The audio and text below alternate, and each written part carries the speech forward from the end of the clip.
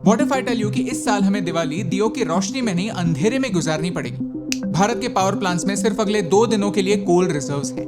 यानी जल्द ही कई राज्यों में लोड शेडिंग, पावर कट्स और अंधेरे का राज वापस आने वाला है। ये बात सिर्फ भारत की नहीं, चाइना और यूरोप में भी पावर क्राइसिस का साया मंडरा रहा है। इस वीडियो में हम समझाएंगे कि भारत में एनर्जी क्राइसिस क्यों है और इससे हमें क्या फर्क पड़ता है। और हाँ, हम इस वीडियो में सिर्फ प्रॉब्लम्स के बारे में नहीं, सॉल्यूशंस के बारे में भी बातें करेंगे। तो अगर आपको इस वीडियो का मैसेज अच्छा लगता है तो इसे अपने दोस्तों के साथ शेयर कीजिए। भारत के लिए इंपॉर्टेंट टॉपिक्स को एक आसान भाषा में आपके सामने लाना हमारा मिशन है। हमें सपोर्ट करने के लिए हमारे यूट्यूब चैनल को सब्सक्राइब कीजिए और इस बेल आइकन को प्रेस कीजिए। भारत में आज भी 52% इलेक्ट्रिसिटी कोल से बनती है। भारत दुनिया का 4th लार्जेस्ट कोल प्रोड्यूसिंग नेशन है, फिर भी भारत को कोल इंपोर्ट करना पड़ता है। हमारी डिमांड ही इतनी ज्यादा है। हम इंडोनेशिया, ऑस्ट्रेलिया और अफ्रीका के देशों से कोल इंपोर्ट करते हैं। पूरे देश में 135 थर्मल पावर प्लांट्स है और आइडियली ये प्लांट्स 15 से 30 दिनों का कोल स्टॉक अपने पास रखते हैं। लेकिन अब इनमें से कई थर्मल प्लांट्स ऐसे कह रहे हैं कि उनके पास सिर्फ अगले 4 दिनों का स्टॉक ही अवेलेबल है। लेकिन ये क्राइसिस क्यों? इसके 4 मेन रीजंस हैं। नंबर 1, राइजिंग कोल प्राइसेस। जैसे दुनिया भर में ऑयल प्राइसेस बढ़ रहे हैं, वैसे कोल के प्राइसेस भी बढ़ रहे हैं। फॉर एग्जांपल, इंडोनेशिया का कोल ग्लोबल बेंचमार्क माना जाता है। इस कोल की प्राइस पहले $45 थी और अब वो $125 की हो चुकी है। ऐसा क्यों?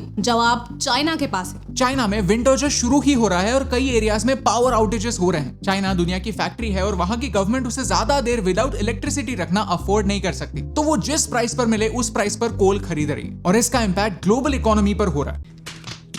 कोल इंडिया ने सोचा कि इन्फ्लेटेड प्राइसेस पर कोल खरीदकर इकोनॉमी पर प्रेशर डालने से कोई फायदा नहीं होगा। So they waited for the price to go down, जो कभी हुआ ही नहीं। Number 2, heavy rains. इस बार सितंबर के महीने में बहुत ज्यादा बारिश हुई है, जिसकी वजह से कोल माइनिंग पर इम्पैक्ट हुआ है। Coal mines were flooded with water, तो डोमेस्टिक कोल प्रोडक्शन लो है। Number 3, India's power sector. Coal India के फॉर्मर सेक्रेटरी ने एक्सप्लेन किया कि गलती हमारे एंटायर पावर सेक्टर की है। नए माइन स्टार्ट करने के लिए कोल इंडिया के पास पैसे नहीं है। पावर जनरेटिंग कंपनीज के 20,000 करोड़ कोल इंडिया को देने बाकी हैं। डिस्ट्रीब्यूटिंग कंपनीज के 1,10,000 करोड़ पावर प्लांट्स को देने बाकी हैं। इस सिचुएशन की वजह से हर एक प्लेयर पर अलग अलग कंस्ट्रेंट्स हैं। Number 4, rise in demand. Last year pandemic की वजह से ऑफिसेस क्लोज थे तो डिमांड कंट्रोल में थी, लेकिन अब इकोनॉमी खुल रही है। 2019 के कंपैरिजन में हमारी इलेक्ट्रिसिटी की डिमांड ऑलमोस्ट 20% ज्यादा है। प्लस ऑलमोस्ट 3 करोड़ घरों में पहली बार इलेक्ट्रिसिटी पहुंची है, तो नेचुरली डिवाइसेस बढ़े हैं और इलेक्ट्रिसिटी की डिमांड भी। These are actually good signs for the economy, but if we are not prepared for them, it could be a disaster. तो पावर कट्स कहां होने वाले हैं?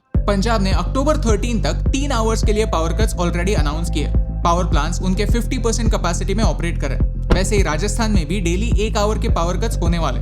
केरला को सेंट्रल गवर्नमेंट से आने वाली पावर में 15% रिडक्शन हुआ है। तमिलनाडु, आंध्र प्रदेश, महाराष्ट्र और देश की कैपिटल दिल्ली में भी पावर क्राइसिस होने के चांसेस हैं। अगर आप इन स्टेट्स में नहीं रहते तो आप लकी हैं, लेकिन पता नहीं कि ये लक और कितने दिनों के लिए चलेगा। But why can't we rely on coal? क्योंकि कोल एक इंस्टेंट फ्यूल नहीं है। पहले कोल माइन करना पड़ता है, फिर दूसरे देश से भारत इंपोर्ट करना पड़ता है, फिर पावर प्लांट्स तक पहुंचाना पड़ता है और फिर उससे इलेक्ट्रिसिटी बनकर लोगों के घरों तक पहुंचने में टाइम लग जाता है। यानी इस क्राइसिस को समझकर अगर आज के आज भी कुछ स्टेप्स लिए जाते हैं तो फिर सब नॉर्मल होने के लिए टाइम लगेगा। प्लस कोल को डर्टी फ्यूल माना जाता है। जब हम कोल का इस्तेमाल इलेक्ट्रिसिटी जनरेशन के लिए करते हैं तो कोल में मौजूद sulphur oxide, nitrogen oxide, carbon monoxide atmosphere में रिलीज होते हैं। ये रिसर्च कहता है कि हर साल 3.5 लाख लोग कोल की वजह से प्रीमेच्योरली मरते हैं। ग्लोबल लीडर्स भाषणबाजी में कहते जरूर है कि हमें हमारा ग्लोबल टेम्परेचर 2 डिग्री से ज्यादा बढ़ने नहीं देना है, लेकिन सच्चाई तो यह है कि अगर हम कोल का जिस तरीके से इस्तेमाल कर रहे हैं वैसे ही कंटिन्यू रखें तो अगले 80 सालों में टेम्परेचर 5 डिग्री तक बढ़ सकता है। यानी हमारे सारे प्यारे शहर मुंबई, चेन्नई, गोवा, यहाँ तक कि हमारे सेलिब्रिटीज के फेवरेट मालदीव्स 80 सालों में समंदर के अंदर होंगे। And as usual coal limited है।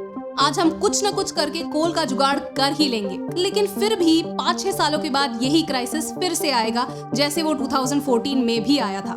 सवाल ये है कि कब तक हम कोल जैसे ट्रेडिशनल कार्बन फ्यूल्स पर निर्भर रहेंगे। तो हम क्या कर सकते हैं? सॉल्यूशंस पर बात करते हैं। हमें कोल का इंपॉर्टेंस कम करना ही होगा। ये एनवायरनमेंट के साथ साथ हमारी इकोनॉमी के लिए भी लॉन्ग टर्म के लिए बहुत ज्यादा इंपॉर्टेंट है। Solution 1, solar energy.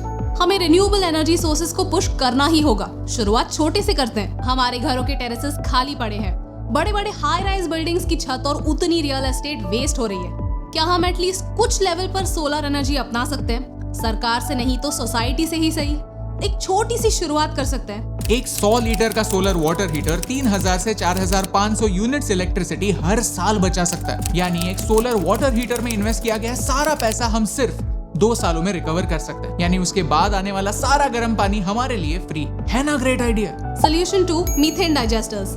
मीथेन जब एटमॉस्फेयर में रिलीज होता है तब वो कार्बन डाइऑक्साइड से 34 गुना ज्यादा बुरा होता है। मीथेन जब डायरेक्टली एटमॉस्फेयर में रिलीज होता है तो वो ग्लोबल वार्मिंग का एक रीजन बनता है, लेकिन ये एक क्लीन फ्यूल है, यानी जब इसे इलेक्ट्रिसिटी बनाने के लिए यूज किया जाता है तो अनलाइक कोल मिनिमल पोल्यूशन होता है। क्यों ना इस प्रॉब्लम को एक सोल्यूशन में कन्वर्ट किया जाए।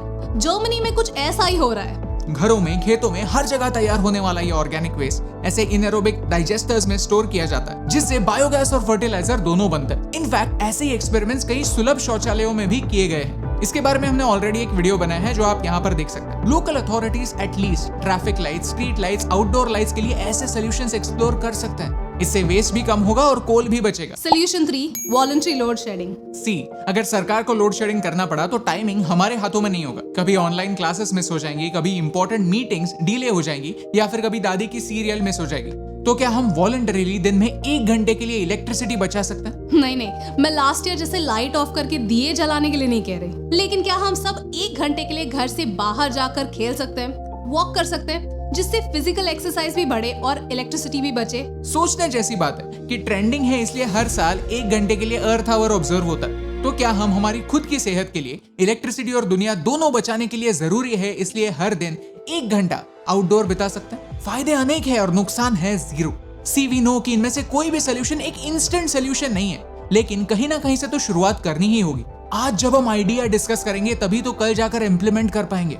तो अगर आपको हमारे आइडियाज पसंद आए तो इस वीडियो को शेयर कीजिए, एक कॉन्वर्सेशन स्टार्ट कीजिए और कमेंट्स में अपने फेवरेट लोगों को टैग कीजिए। Tag your favourite actors, leaders, influencers, क्योंकि अगर हमें लॉन्ग टर्म में दिवाली मनानी है तो हमारी आदतों को सुधारना पड़ेगा। कोल की इंपॉर्टेंस को कम और रिन्यूएबल्स को बढ़ावा देना पड़ेगा। और शुरुआत आपके एक कदम से हो सकती है, क्योंकि एक के करने से क्या फर्क पड़ता है, लेकिन एक एक के करने से बहुत फर्क पड़ता है। और इन दोनों लाइंस में सिर्फ एक का फर्क है, and that's the reason why फर्क पड़ता है। हे एस्टीम, हम हमेशा सोचते थे कि मीडिया भारत के बारे में इतनी नेगेटिव क्यों, तो हमने एक पॉजिटिव सोल्यूशन बेस्ड अप्रोच अपनाया। अगर आपको ये वीडियो अच्छा लगा तो लाइक बटन प्रेस कीजिए। अगर आप यहाँ पर नए हैं तो यहाँ पर क्लिक करके सब्सक्राइब कीजिए और नए वीडियोस के अपडेट्स मिलने के लिए बेल आइकन को प्रेस कीजिए। और ऐसे ही और पॉजिटिव वीडियोस देखने के लिए यहाँ पर क्लिक कीजिए, क्योंकि आपके सपोर्ट से मुझे फर्क पड़ता है।